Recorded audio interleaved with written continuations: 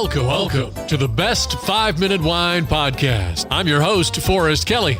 From the seed to the glass, wine has a past. Our aim at the Best 5-Minute Wine Podcast is to look for adventure at wineries around the globe. After all, great minds think alike. Let's start the adventure. Our featured winery is...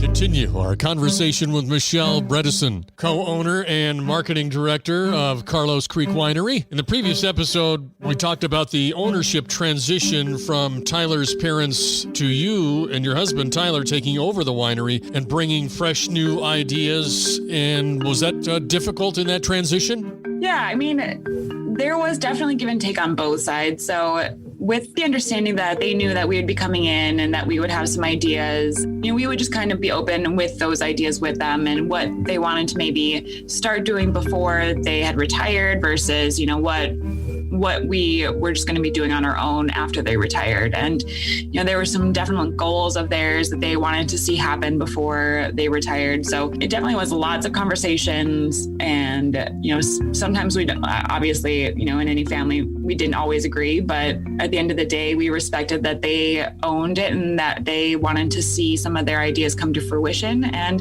they understood that we were going to own it. And if there was an idea that they really wanted to do that we really didn't want them to do, they were really understanding of that too. So it was definitely a lot of give and take, and it all worked out really well. Are they still active in the day-to-day operations? Yeah, so they do some things here and there. Kim, Tyler's dad, was primarily our outdoor vineyard maintenance guy, liked to mow lawns. So he'll continue on mowing lawns this summer.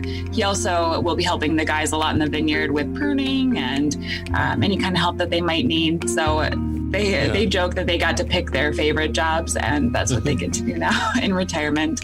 Tammy, Tyler's mom, she is doing our newsletter still, so she really likes to do those. She's also helping out with excise tax reporting, which isn't the most glamorous job. No, boy, but it needs to be done. Yes, and she understands it better than any of us, so at some point we'll transition that, because obviously that knowledge needs to reside in one of us too, but until then, she's got it.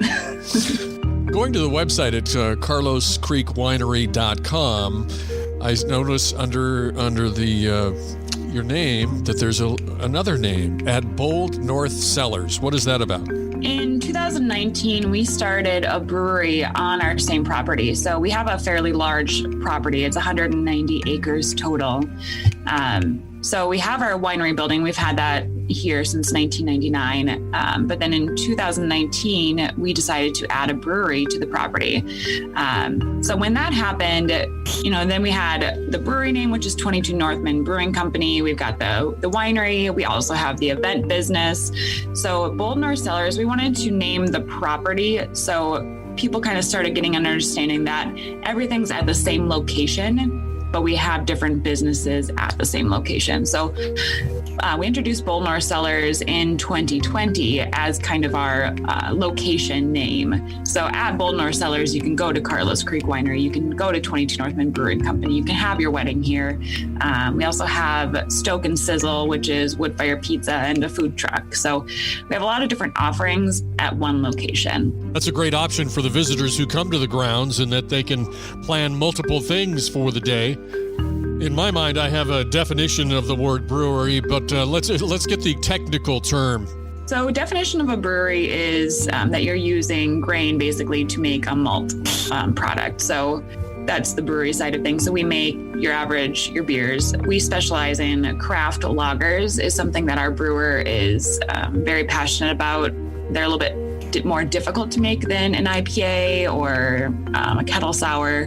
So he really likes the idea of perfection in lagers that needs to occur to have smooth and well-crafted lagers. So we also specialize in barrel program, or our original blends. Because we have the winery also here, we have a unique opportunity to make really interesting barrel-aged beer products with, our wine barrels, our port barrels.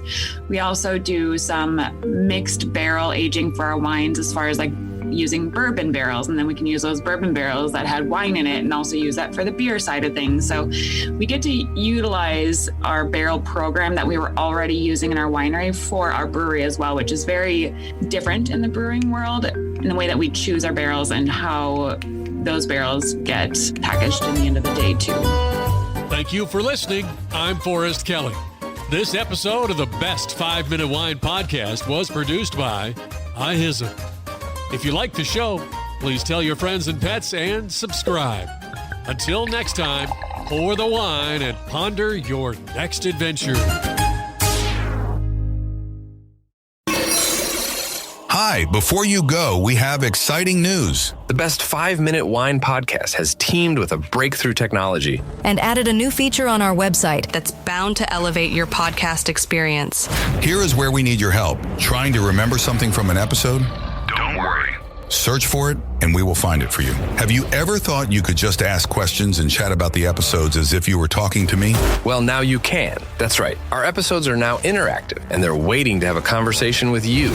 Jump into a chat with our podcast, and let's get the conversation started. Try it out and tell us what you think. Click on the banner at the top of the website, thebestwinepodcast.com, to try it.